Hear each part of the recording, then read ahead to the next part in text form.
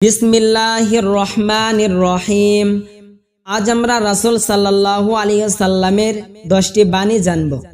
Number 1, আল্লাহ তওবাকারীদেরকে ভালোবাসেন এবং যারা পবিত্র থাকে তাদেরকেও ভালোবাসেন।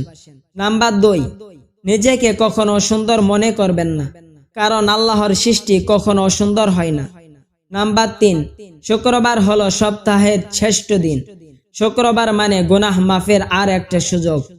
নাম্বার 4, আয়াতুল কুরসি পরে বাড়ি থেকে বের হলে 70,000 ফেরেশতা চতুর্দিক থেকে রক্ষা করে।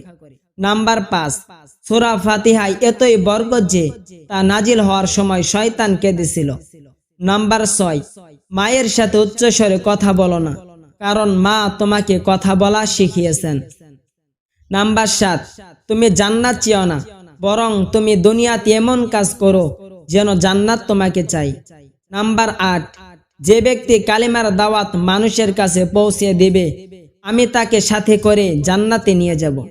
নাম্বার 9, কখনো হতাশ হলে 2 রাকাত নফল নামাজ পড়ে নিও, হতাশ কেটে যাবে ইনশাআল্লাহ। নাম্বার 10, রাসূল সাল্লাল্লাহু আলাইহি সাল্লাম বলেছেন, যে ব্যক্তি আমার উপর একবার দরুদ শরীফ পাঠ করে, আল্লাহ তার উপর 10 বার রহমত বর্ষণ করে।